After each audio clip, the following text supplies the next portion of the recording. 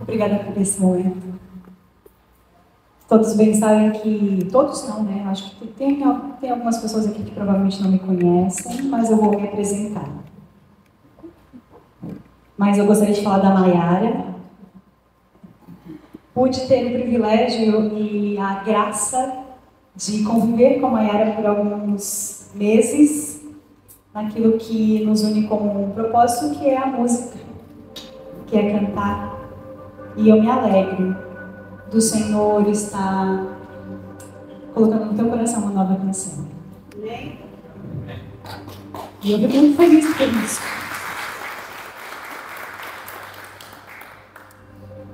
Porque eu já começo por aí. Se é o Senhor quem efetua em nós tanto querer quanto realizar, não é sobre mim, mas é sobre o que Ele faz através de mim. É sobre o que Ele faz através de nós, quando nos colocamos nas mãos desse Deus Todo-Poderoso. Igreja, eu sou a Vaninha, esposa do Johnny. Somos plantadores da igreja, dessa mesma igreja em Sara, igreja luterana. Estamos em Sara quase 2 anos. E eu vou dizer para vocês que uma nova canção, ela não surge de um dia para o outro, mas ela é um processo. Estamos vivendo esse processo de uma nova canção. Vocês estão vivendo esse processo aqui. E volta e meia, é importante que a gente viva o processo de uma nova canção. Quando o Valério, essa semana, nos convidou para estarmos aqui, e ele também já queria saber o tema da pregação, da mensagem, eu não podia deixar de falar daquilo que move o meu coração. Porque a música é a minha linguagem. É a forma como eu me comunico. É a forma como eu alcanço as pessoas quando as minhas palavras não conseguem. E se eu pudesse ter a oportunidade de contar para vocês a forma como é viver essa nova canção, hoje eu contarei um pouquinho. Mas eu gostaria que vocês experimentassem essa nova canção todos os dias. E eu sei que vocês estão experimentando.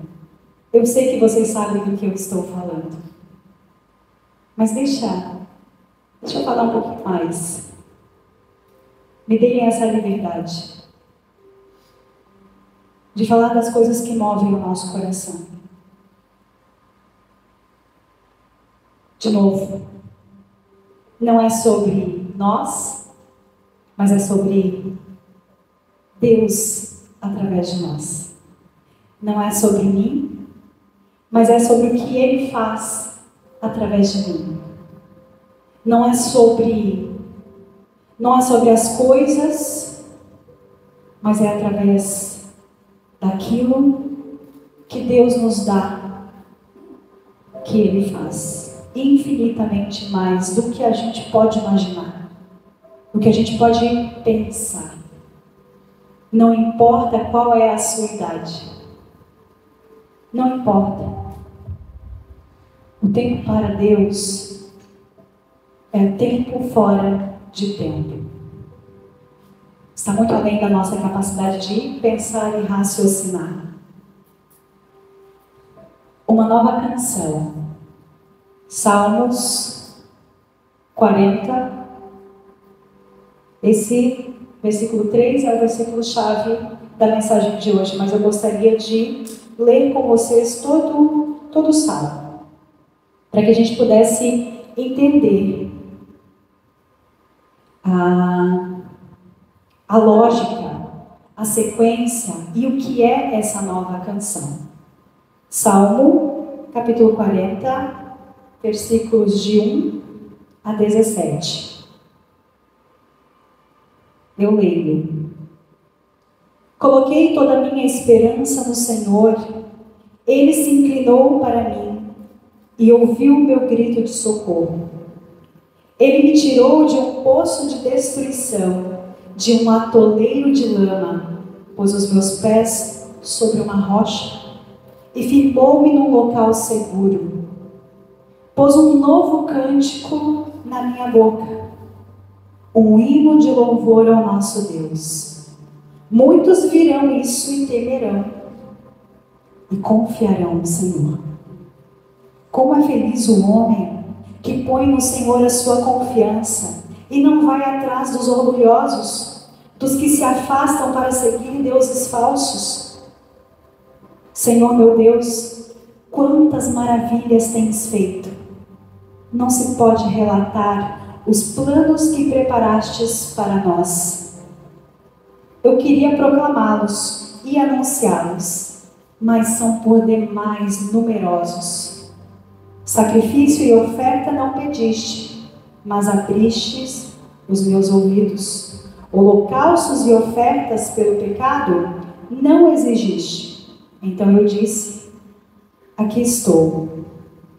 No livro está escrito a meu respeito. Tenho grande alegria em fazer a tua vontade, ó meu Deus. A tua lei está no fundo do meu coração. Eu proclamo as novas de justiça na grande assembleia. Como sabe, Senhor, não fecho os meus lábios. Não oculto no coração a tua justiça. Falo da tua fidelidade e da tua salvação.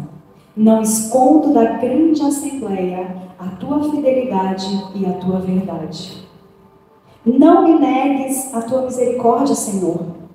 Que o teu amor e a tua verdade sempre me protejam, pois incontáveis problemas me cercam. As minhas culpas me alcançam e já não consigo ver. Mais numerosos são que os cabelos da minha cabeça e o meu coração perdeu o ânimo. Agrada-te, Senhor, em libertar-me. Apressa-te, Senhor, em ajudar-me. Sejam humilhados e frustrados todos os que procuram tirar minha vida.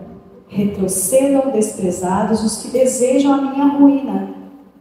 Fiquem chocados com a sua própria desgraça os que zombam de mim. Mas regozijem-se e alegrem-se em ti todos os que te buscam. Digam sempre àqueles que amam a tua salvação: grande é o Senhor. Quanto a mim, sou pobre, necessitado, mas o Senhor se preocupa comigo. Tu és o meu socorro e o meu libertador. Meu Deus, não te demores. Salmo 40. É um salmo davídico.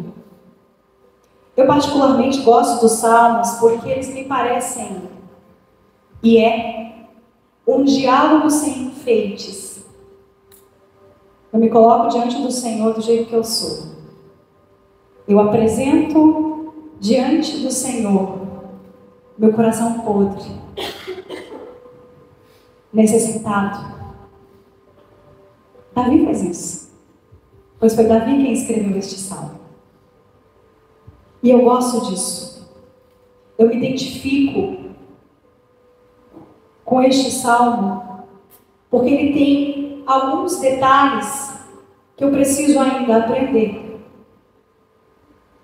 Que eu preciso sempre ser lembrada pelo Espírito Santo. E que muitas vezes no meu dia a dia eu esqueço.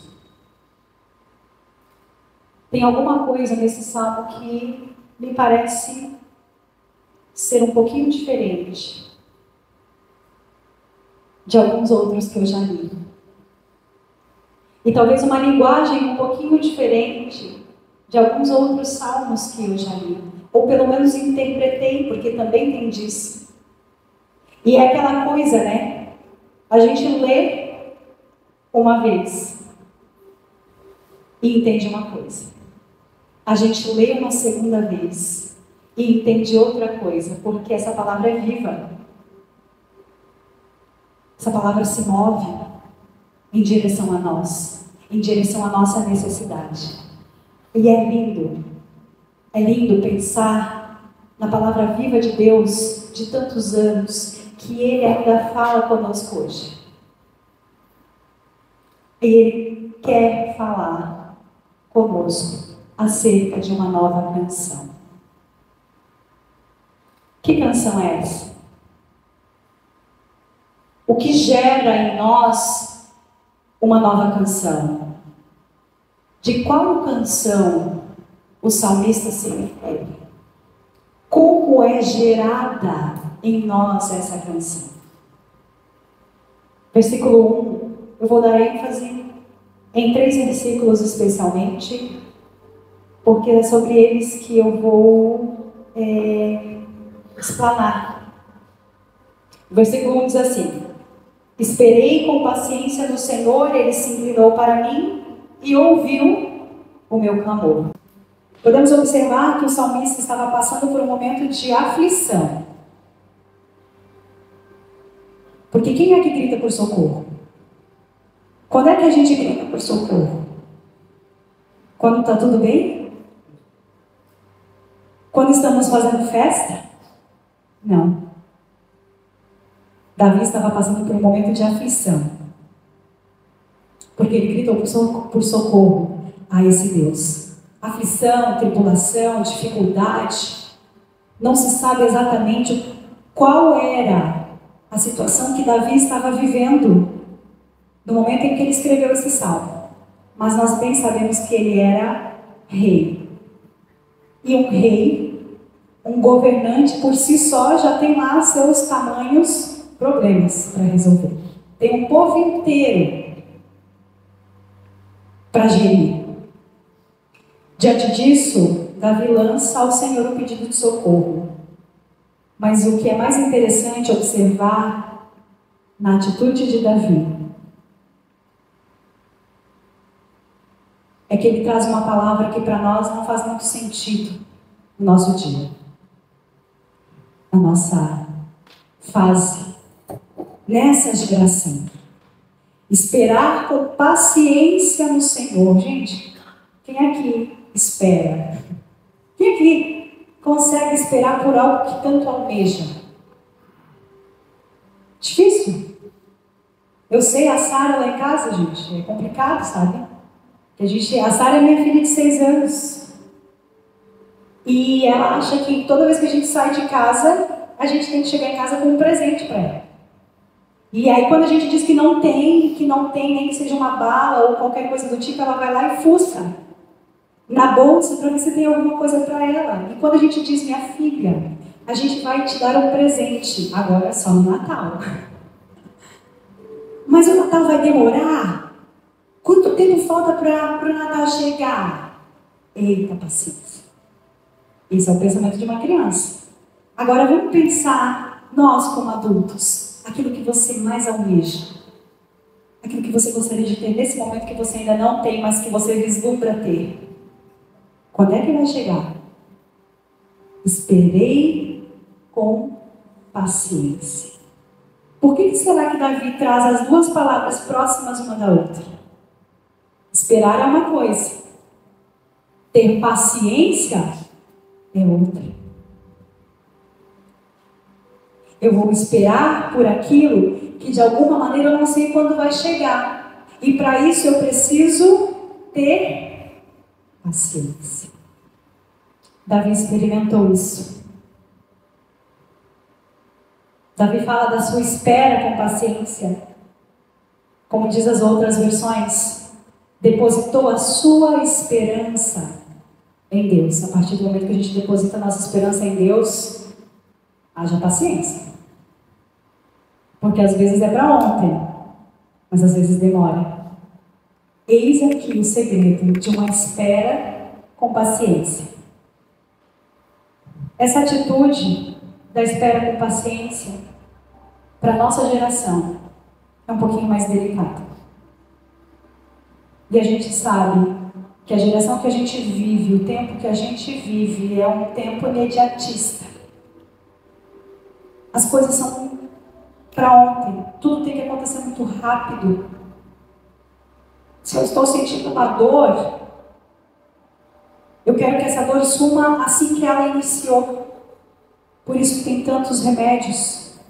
Se eu estou desconfortável com alguma situação, eu quero que ela seja tratada imediatamente. E nós precisamos lidar com essa espera paciente.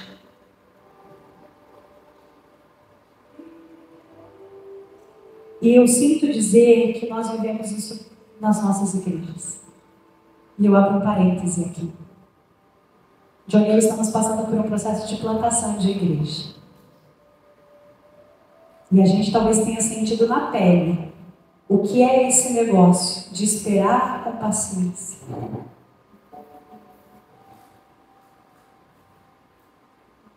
Não é tão simples assim. Quantos queridos de vocês têm orado para estar aqui e que não estão aqui? Mas que por um tempo a gente desiste de investir na vida das pessoas. Porque, enfim, faz tanto tempo que eu estou orando por aquela pessoa e nada acontece. Talvez a gente precise aprender com Davi, esperar com paciência. Exercitar a paciência gerada por uma tribulação não é algo fácil a ser vivido. Mas o Senhor nos convida a fazer como Davi fez. Lança sobre o Senhor a sua esperança. Espera com paciência. Saiba que Ele é o Deus. Que Ele é o Deus. Simples. Ele é Deus.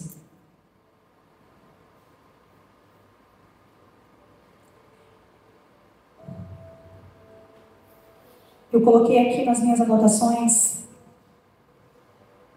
um exemplo prático de vida e eu coloquei como frase para eu não esquecer. Contar acerca da minha vida com a minha filha Sofia. Uma pequena parte dela. Talvez vocês não conheçam a minha história e nem tudo aquilo que está em torno dela. Mas eu vou ousar abrir uma parte dela para vocês. E eu disse que um dia eu estaria preparada para falar acerca disso. Talvez chegou esse momento. Esperar com paciência. Na tribulação. É você saber que você lança nas mãos desse Deus toda a sua vida. E tudo está nas mãos dele. A partir do momento que eu fiz isso, eu não pego de volta. E eu não assumo mais o controle. Mas em muitos momentos, com relação à minha filha Sofia, eu cheguei a dizer: Deus, eu preciso pegar de volta o controle. Porque eu preciso fazer alguma coisa. Já que está demorando tanto para algumas coisas acontecerem. E sabe o que Deus fez? A minha filha Sofia é especial. Eu vou dizer especial porque eu sei que esse vídeo vai para a internet, né? E hoje a gente não chama mais as crianças deficientes ou pessoas deficientes de pessoa especial ou criança especial. Mas a minha filha é especial. Minha filha é uma pessoa com deficiência. Ela nasceu assim. Do 5º para o 6º mês de gestação, eu sabia que ela seria assim. Até o 5º mês de gestação, ela estava perfeitamente perfeita. E eu peguei uma toxoplasmose do 5º para o 6º mês. Não vou contar detalhes acerca disso. Mas hoje ela é diagnosticada com paralisia cerebral, nível 5, e todas as comorbidades que estão em torno dessa paralisia cerebral, decorrente de uma toxoplasmose na gestação.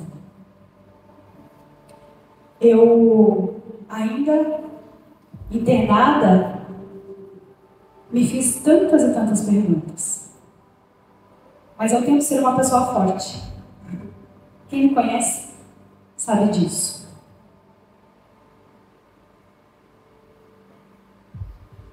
Mas tem um momento que não dá. Tem um momento na vida da gente.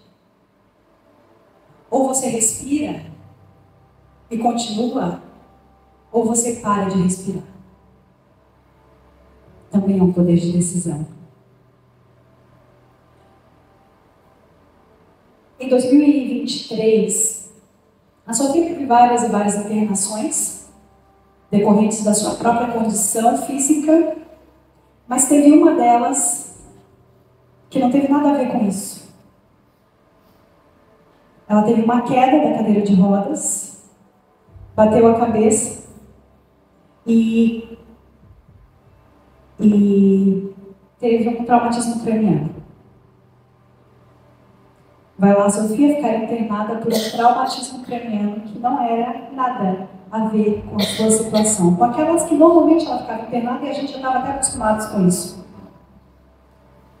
E a situação é um pouquinho mais delicada, porque eu estava sozinha nesse momento, o Johnny estava numa das reuniões e eu tinha que tomar algumas decisões, porque era estado e caso de vida e morte. E eu lembro quando o médico chegou para mim e disse: eu não tenho mais tempo, a gente vai ter que fazer uma cirurgia. E o meu chão afundou. Mais uma cirurgia. E eu fiquei com tanta raiva,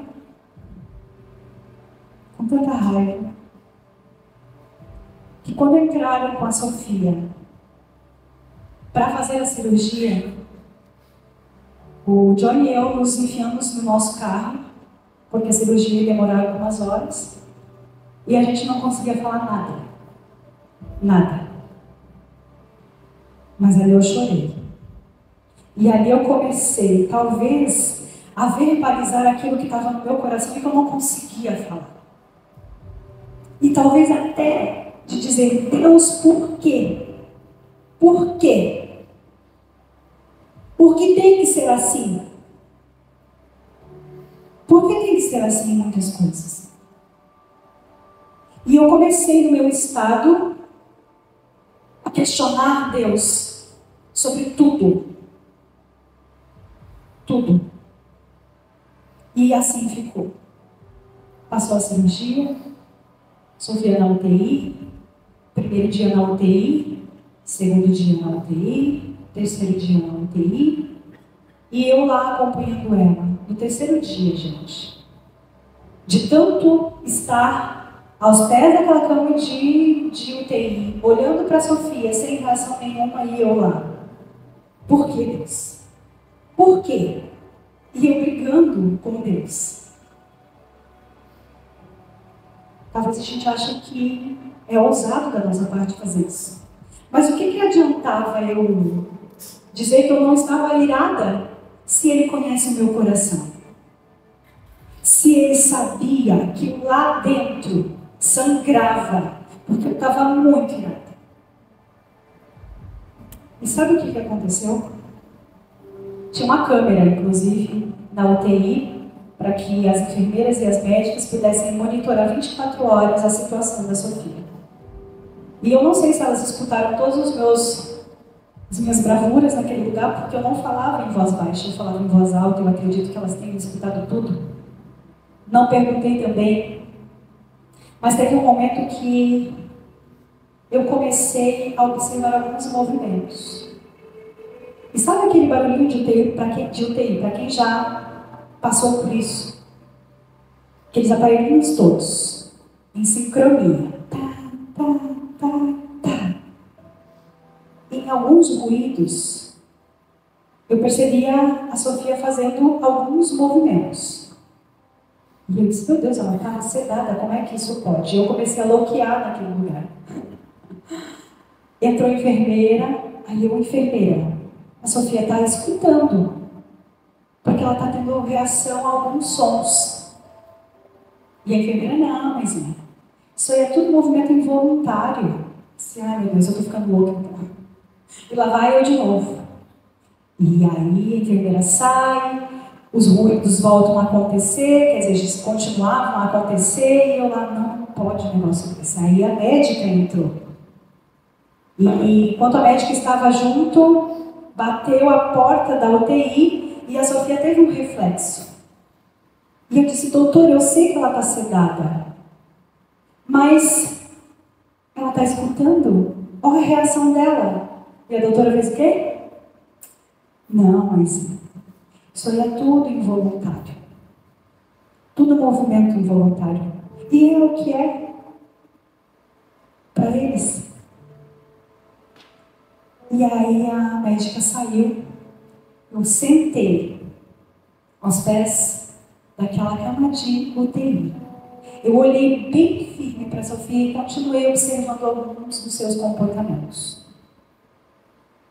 E eu disse assim para Deus: Deus, não pode continuar dessa forma. Não pode. Porque eu não quero mais que continue assim. Qual é o teu propósito com tudo isso? Eu não estou ficando louca. Qual é o teu propósito?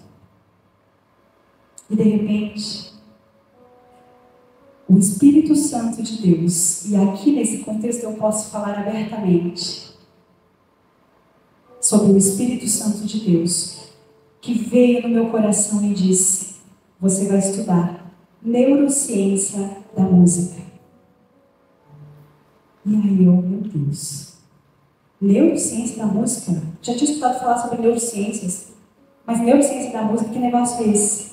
E algo adentrou o meu coração, que a partir daquele momento eu não conseguia mais olhar para a Sofia como alguém que estava num processo de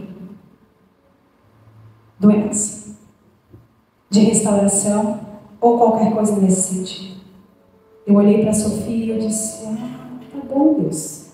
Se era assim que você queria falar isso para mim, por que tu teve que trazer a Sofia para cá? Fosse em outro momento para me dizer isso.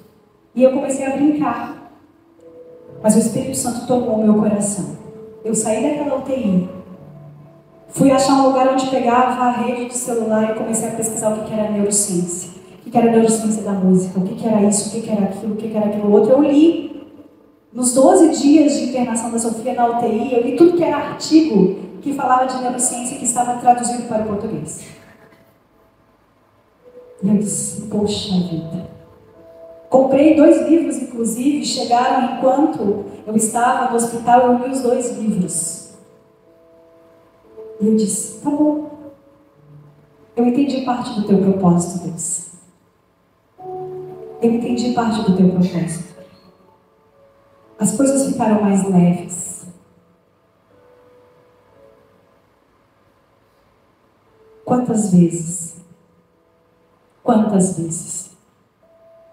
Talvez a sua história não seja parecida com a minha, mas você tem, talvez, um poço, um atoleiro, aonde você está. Eu estava vivendo um atoleiro. Eu estava dentro de um poço de lama. E que quando eu tentava me mover, e cada vez que eu perguntava para Deus por quê, eu afundava mais. Porque é desse jeito, não é? Quem está na lama vai tentar sair sozinho, se afunda um pouquinho mais. E o versículo 2 do Salmo 40 diz: Ele me tirou de um poço de destruição, de um atoleiro de lama, pôs os meus pés sobre uma rocha e firmou-me num lugar seguro.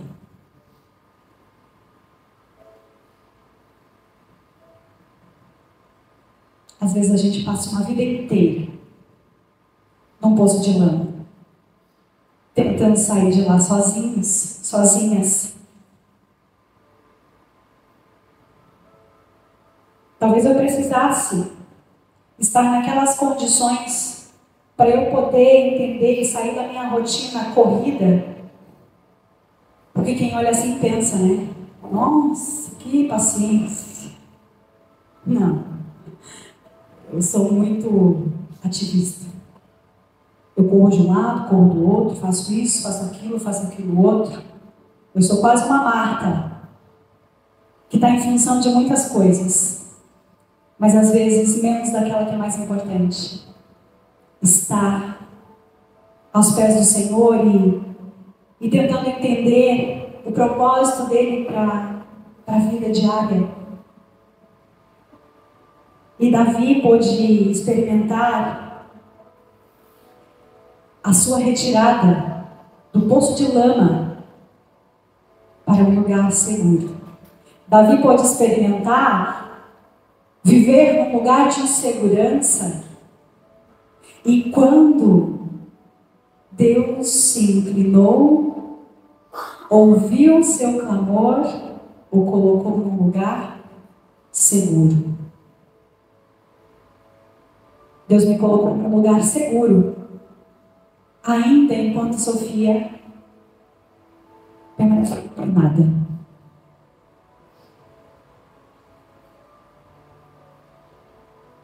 Colocar sobre o Senhor toda a nossa esperança significa lançar sobre Ele a nossa vida.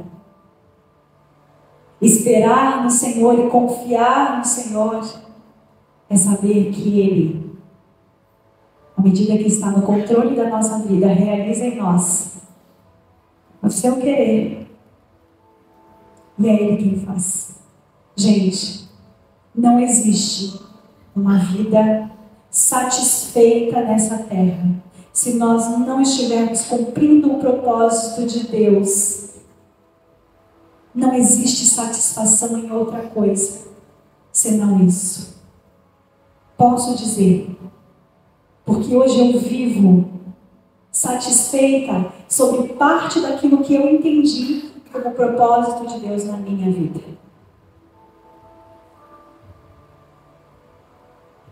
Pôs os meus pés sobre uma rocha, firmou-me num lugar seguro. Deus retira Davi do seu estado de insegurança e o coloca num lugar seguro. Deus olha para Davi e escuta o seu clamor. Sabe o que é mais especial? Porque Ele não é um Deus distante. Sabe o que é mais especial? Na condição que Davi estava, quem é que se inclinou para quem? Quem que olhou para quem? Davi lançou a sua esperança em Deus, mas quem é que olhou foi Deus para ele. Quem é esse Deus? De quem nós falamos?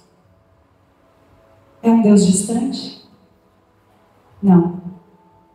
É o Deus que se importa comigo. É o Deus que se importa contigo. Não importa as nossas condições. Então, gente, surge uma nova canção. Surge uma nova canção. E eu posso falar com propriedade acerca da música.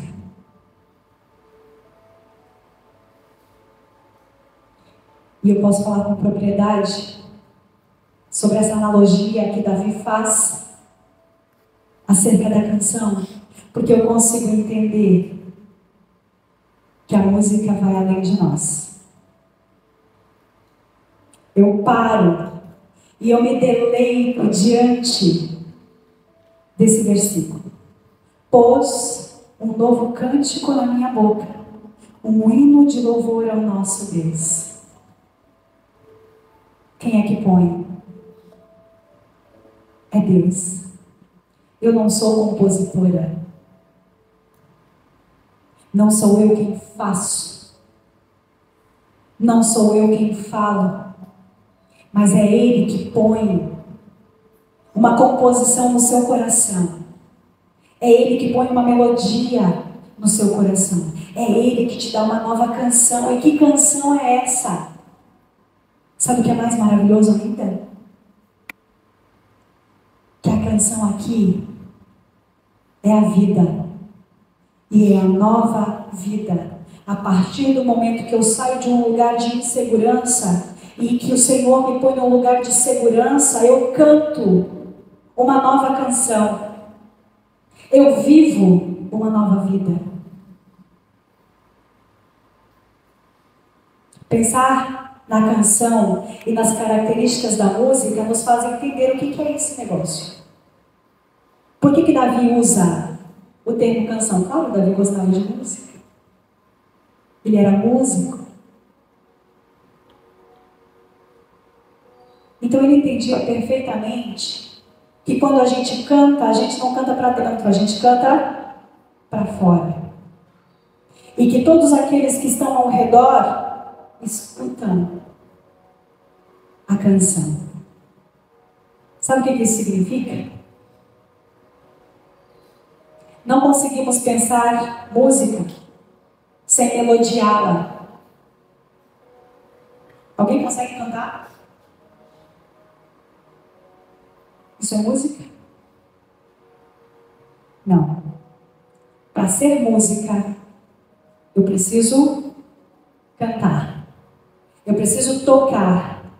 Eu preciso unir 3 coisas muito simples: melodia, ritmo e harmonia.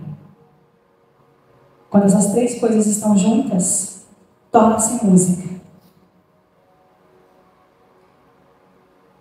Se eu não consigo pensar em música sem melodiá-la, isso significa que a gente precisa abrir a nossa boca e verbalizá-la, não é mesmo? Para que outros possam ouvir. Podemos concluir que uma vida transformada, impactada, impacta quem está ao nosso redor.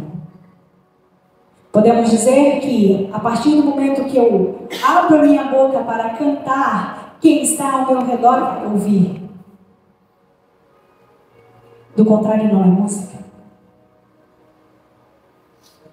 Significa que a partir do momento que eu experimentei esse olhar que se inclinou para mim, ouviu o meu clamor, eu não posso ficar quietinha. Eu não posso me esconder. Eu preciso viver. Continuidade do versículo 3. Muitos virão isso, e temerão, e confiarão no Senhor. Como é que eu posso resumir essa palavra? Testemunho. A partir do momento que eu vivo uma nova vida, a partir do momento que eu tenho uma vida restaurada, que eu saio de um lugar de insegurança para um lugar de segurança, Deus coloca em mim uma nova canção. Mas não é só para mim. Não é sobre mim. É sobre Ele. Então eu canto para que outros possam conhecer. Para que outros possam temer e confiar no mesmo Deus. Deus o faz dessa maneira. Justamente para que a nossa vida e o nosso jeito de ser possa impactar. E nós chamamos isso de testemunho. Não tem como sermos filhos de Deus sem impactar a vida de outras pessoas, sem testemunhar, sem cantar uma nova canção. O salmista continua o seu salmo falando acerca de si, ainda dos desafios que o cercavam, porque ele tinha inimigos que queriam o destruir. Mas ele não foca nisso. O objetivo de Davi era de dizer que, apesar de quem ele era, apesar de quem eu sou, o Senhor, na sua misericórdia, olha para mim, escuta o meu clamor e transforma a minha vida. E eu não posso ficar calada diante disso. Eu preciso cantar uma nova canção. Preciso viver uma nova canção. Preciso testemunhar daquilo que Deus fez. Por mais difícil que seja o dia a dia, por mais desafios que apareçam dia a dia, sobre tudo isso o Senhor é Deus. Sobre tudo isso o Senhor é Deus. Para finalizar, podemos aprender algumas coisas com Davi.